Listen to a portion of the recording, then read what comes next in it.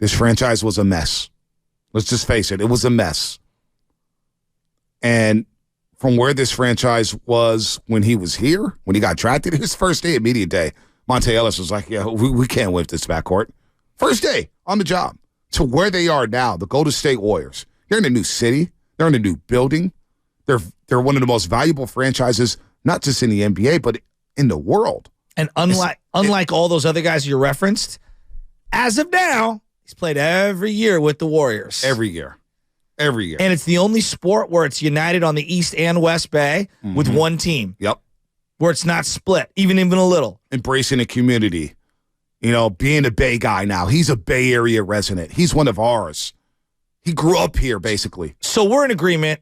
His spot in the Bay Area lore is cemented. It can only go higher. How high can it go? I already feel like maybe he's at the top spot.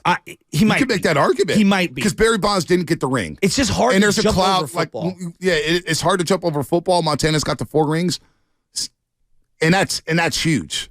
But Steph impacts everybody. Everybody can go play basketball. Yep. Not everybody can go play football. So let's take it a step further. Zoom out of the Bay Area. Let's go nationwide. Real quick, before you that thought, let me ask you this real quick. And you could just, you don't have to dive into it.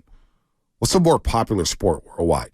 Worldwide. Football or basketball? I think basketball worldwide is more popular. They will have the Super Bowl internationally. Right. That's like coming. It just, market it. It's coming. Because you can only get 50 million people to watch in America. If you can get hundreds of millions of people to watch worldwide of football, gridiron, American football, whatever you want to call it, overseas, is not as big as basketball. No doubt. It's just not. And soccer's bigger than both, obviously, or football, but basketball, I believe, internationally is bigger. Wouldn't you agree? Yeah, absolutely. I'm not even being biased here, but I think Steph is the most beloved athlete we've ever had in the Bay Area. And by the time he's retired, I'm not sure 1 and 2 is going to be even close. Okay. I think the separation, whether it's Montana 2, Willie Mays number 2. Charitable. Yeah, charitable. I mean, everything, man. He goes on these tours, man, and they go crazy. But I would say this, like in the lexicon of American basketball, right, or just basketball in general, Michael Jordan and LeBron James it's going to be very impossible to unseat them in terms of where they are. They're like tier 1 greatest players of all time. Wilt and Kareem and Bill Russell, very difficult to try to adjudicate for the younger demographics who never saw them play. And I know there's a Kareem contingent, there's a Wilt contingent that will stand for them, which is rightful, and I get all that. So forget that big man tier for a second, because I didn't see a lot of those. Saw the very end of Kareem. I didn't get a chance to see Wilt in his prime. Right. None of us saw Bill Russell in his prime, but I respect them, and so I don't want to diminish them. Right. But what I'm asking is like, if they go LeBron and Michael Jordan somewhere in that top tier of last 50 years, 40 years of basketball, that second tier, who's in it? Duncan, Kobe, Hakeem, Shaq. So here's where I'm going. Curry. The 5 rings, Larry Bird, for Duncan and Kobe, to me, is the differentiator for those two above those other guys. Yep. We can argue above Bird and Magic. Yes, we can argue about a lot of other things, but Magic's got 5 too. Magic's got 5. And Magic should be in there. Right. If Steph wins the 5th one, is he at the level of Kobe and Magic and Duncan, or can he go above them? If he wins 6, he goes above them. If he gets 5, he's in that category, because the record books don't lie. The numbers in the playoffs don't lie. You think about what they've done as a trio, Dre, Clay, and Steph. Most finals road wins, right? Yeah. Most postseason series. How many series did they go under Steve Kerr in the Western Conference without losing? The Lakers series was the first time they ever lost a Western Conference series where they were all healthy together under Steve Kerr. So think about all the playoff records that the Spurs had or the Bulls had, that the Lakers had. Steph Curry, led by Steph Curry, the Warriors have obliterated them. I look at Magic, Duncan, Kobe in particular because they all played on one team their whole career. No doubt. And Magic gets a little more credit because him and Bird saved the NBA. Well, of course. They saved the NBA. Well, you can also make an argument that Steph Curry has saved the NBA from a television revenue standpoint. No doubt. Because if you look at who has the highest ratings in the last 20 years since the Michael Jordan exit, it's been Steph Curry. I agree with that. but there may not be an NBA today. Oh, no doubt. Without basically what It's I'm the saying, without evolutionary Magic chain. and Bird. And Yes, then, of course, I agree Michael with Jordan that. taking it to the next And level. you have to respect it. Do I sound absurd to even suggest that a 5th ring for Steph Curry puts him at the exact same level of Duncan, Magic, and Kobe? What about at the level of LeBron? See, I just think LeBron. I think LeBron gets thrusted up into that Michael Jordan. Maybe I'm reading it wrong. I feel like for an entire contingent of people to say that Right. Curry is better than LeBron, they'll never be able to admit that. Right. Yeah. I'm talking national narrative, national rhetoric, not what we say here locally. Because right here locally, we're going to be like, well, Steph did this all during the LeBron Is he era. already there nationally? Because I've checked out on what people said about him nationally. I have. I care. Because they watered down the rings for so long. And I say, wow, we're watering down championships. For the first time in my life, growing up, I never cared about the finals MVP. Like they did that. I always cared about the championship, Larry O'Brien trophy presentation. The finals MVP was a backdrop. And you're like, okay, Jordan, okay, Shaq, Kobe, whatever it was. But it didn't become a big deal until Steph didn't win it. Yes. And so that's when I started. Well, it was to an check out. indictment against him. Right. That's for what some I reason. thought And was we all know, without Steph, you don't win that championship. Iguodala knows it. Everybody knows it. So I checked out of what the nation has said about the Golden State Warriors. I mean, you had Nick Wrong talking about, oh, Andrew Wiggins got traded there. Yeah, they've guaranteed, they submitted themselves as a team that would never go back to the NBA Finals. And 2 years later, they win the championship. It's like national people don't necessarily know the game. That's all they do is argue about these stupid rankings and narratives about who's top 10, who's top 5, this and that. So personally, I know you care. I do. I know Steph's a made man. But here's why I care, and I'll explain it. You can tell me, Joe, you're foolish to care at all. When I see like Barry Bonds to this day get diminished, it pisses me off. But I get why. Because there's the cloud of hanging steroids, over which his he head. did. He did. Right. Like I love Barry, but like he did it. You know what I mean? But to me, like. So did David Ortiz, and so did Roger Clemens, and so did Manny Ramirez, and all the contemporaries of that era. So, like, that's a different argument, but it does hurt me to my core when I don't see him reference it. When I see Jerry Rice get put below Randy Moss, it drives me nuts. Yeah, that's just because. But that doesn't Randy bother Moss. you? Oh, I find it laughable. It used to bother me. It doesn't bother me no more. It bothers because I me. watch Jerry Rice. I know, but it bothers every single me. When I see Lincecum not get his just due. It drives me crazy. It was such a short span. I know. I get it. And maybe 10 years from now, we do go back to Lincecum nationally. But when it comes to Jerry Rice, and these people want to elevate Randy Moss, and they want to elevate. Randy was great. Like, Randy was great. Just look at the record book. Yeah. Look at the football card, and look at the consistency of Jerry Rice. And I think that's what separates them apart. And if nationally people don't get that, then so be it. Let them sound foolish. But you know what I'm saying? I like to see my guys get the proper just due in the limelight because I think it reflects on us as fans and our community, fair or not. That's just how I perceive it. Think about it, why it would never happen, though. And it's because these people don't watch every single game. There's not people on the East Coast staying up every single night watching Steph Curry to go to State Warriors. I actually have a different theory. I think some people are, but I don't think a lot of people are. Well, let me give you my other theory. But some people, but even when it came to Jerry Rice, think about when Jerry Rice played. You brought up Randy Moss. By the time Randy Moss started playing, that was in the middle of a shift in terms of NFL coverage. Yes. All of a sudden, the NFL ticket became a thing. Agreed. NFL Red Zone became a thing. Fantasy football. A lot of people didn't watch Jerry Rice every single day because of regional coverage. Same thing with college football. I'm not going to sit here in front. It was hard to watch every single Charles Woodson game when he was at Michigan. I wanted to, but a lot of times wasn't like it was now. regional coverage. Yeah. So we got the Pac-10 game, whether it was UCLA, USC, Washington State, whatever, and we would get the live updates on what was going on in the Michigan game. And you would see a highlight or two, and then you would have to watch College Game Day at night to watch ESPN to see the Michigan highlights.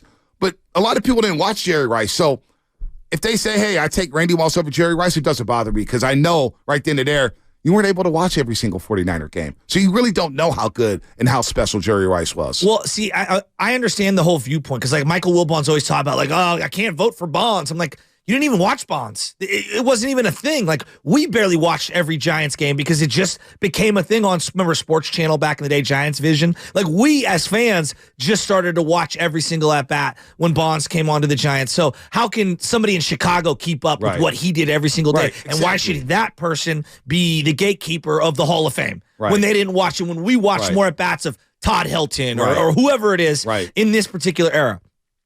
The reason why it frustrates me with Steph Curry in particular he's done this during the LeBron era. I know. And LeBron is amazing, Well, and I respect LeBron. But the part of LeBron that drives me the craziest is that not only is it the LeBron era because he's been amazing, but it's because he's controlled the media through relationships and friendships and partnerships and the agency that they've created, which he gets credit for. But it sours me when I see people that feel like they're paid and bought for caping up for everything that he does while diminishing everything that Steph does. The fact that he's been aligned with Nike and the media his entire career plays a big factor in how we view Steph Curry. And this is why I love Steph. Because one thing that LeBron has showed, I agree with you. He's controlled the narrative. He's got his own people in place in the media. He's got all these things. But the one thing I value with Steph Curry is he doesn't have any insecurities about himself. No. He knows who he is. He accepts who he is. He knows who he is as a person, as a basketball player. The fact that LeBron felt threatened that, oh my gosh, this little comment, this light-skinned comment is coming from the West Coast. Who is this team? Remember, everybody in the NBA thinks, okay, it's LeBron turns to win a ring. Okay, Chris Paul's on deck with the Lob City Clippers or the Spurs or whatever it was. And the Warriors wrecked everything. The Warriors were not supposed to be there. And so all of a sudden, everybody had this problem. It's like, wait a minute. He's keeping my favorite player from reaching the heights of Michael Jordan in terms of championships. Exactly. And so LeBron got that insecurity because, like, look, LeBron's out there telling people, I knew I was a GOAT when this happened or that happened or this happened. It's like, GOATs don't talk like that. What they always say, lions don't worry about sheep. That's kind of like Steph Curry doesn't worry about what people are saying. He listens to it. He sees it. He's like, okay, I'm going to prove them wrong then. But I think that like a lot of the Warrior fans and Steph's lovers, we just want to see him get the appropriate just due. And it feels like everything is with a caveat. No, because like, Boston shut that up? Ring. Oh, no, you don't think Boston shut that up? Yeah, but I just feel like getting Durant should have been celebrated, and yet it was looked at as some negative, and it drove me crazy. I'll tell you what, because it delegitimized what I thought was one of the most fun Warrior experiences of all time. Well, I tell you what, Kevin Durant, by this fan base, will be celebrated at Chase Center when he plays in front of a crowd at Chase Center for the first time. Remember his first year with the Brooklyn Nets? It was during the pandemic season. There was no fans allowed at Chase Center at the time. Now he gets to play in front of the fans again. Now, albeit it's going to be in a different uniform, but you better believe that Dub Nation's going to get up and celebrate the years of Kevin Durant. He's going to get a rousing standing ovation. I agree with that. And Steph Curry's going to be leading the charge. Hey, Kevin. And that's what makes Steph Curry special. It didn't matter about who's the alpha. I'm 2, I'm 1. Just play your game. Play your game. And that's what's special about Steph. That's what's special about this fan base. They will give Kevin Durant a rousing standing ovation next Tuesday night. I'm we're introducing Chris Paul to the Warriors and Kevin Durant as a son on the same night. On the same night. My head might explode. And you know what? They're all going to get love. No doubt. KD's going to get his tribute video. KD's going to get his standing ovation. And he deserves every second of it. And the best part is when they show him hit back-to-back finals daggers in LeBron's face. That's what I'm saying. I can't wait. So that's why, that's one of my favorite shots ever. Honestly, it took me a while. I'm not saying I haven't always been like this. I used to go, heck, even a couple of years ago, I was like, man, Steph is this. This is Steph era. Remember, this is the Steph Curry era. Forget LeBron James. Because I wanted my guy to get his due. But he's got 4 rings. He's got 2 MVPs. He's got his finals MVP. By the way, one of the MVPs was unanimous, the first ever player to have a unanimous MVP award. You can't knock that. His season was that special, 2015-16. He's got all NBA teams. He's got the All-Star Game MVP. Dropped the 50-burger in that game. Dropped the 50-burger in Game 7. Steph is cemented. Now it's just adding the final touches like Brady did in his last few years with the Patriots. Can I get the 5? Can I get the 6? Can I get the 7? That is the focus of Steph Curry. LeBron can do all this stuff with the shop and talk about how he's a GOAT, and he can be insecure in his own lane. That's fine. That's fine. Steph Curry's not that. That's what I care about. So all those guys on the media and stuff who are caping for him on ESPN, let them continue to do that. People are going to stop watching, and people have stopped watching. They don't want to hear that nonsense. They want to hear about the game and why Steph is special. Well, I think that one of the things that Joe Montana has that you look at the contemporaries of the 80s, he has all the rings.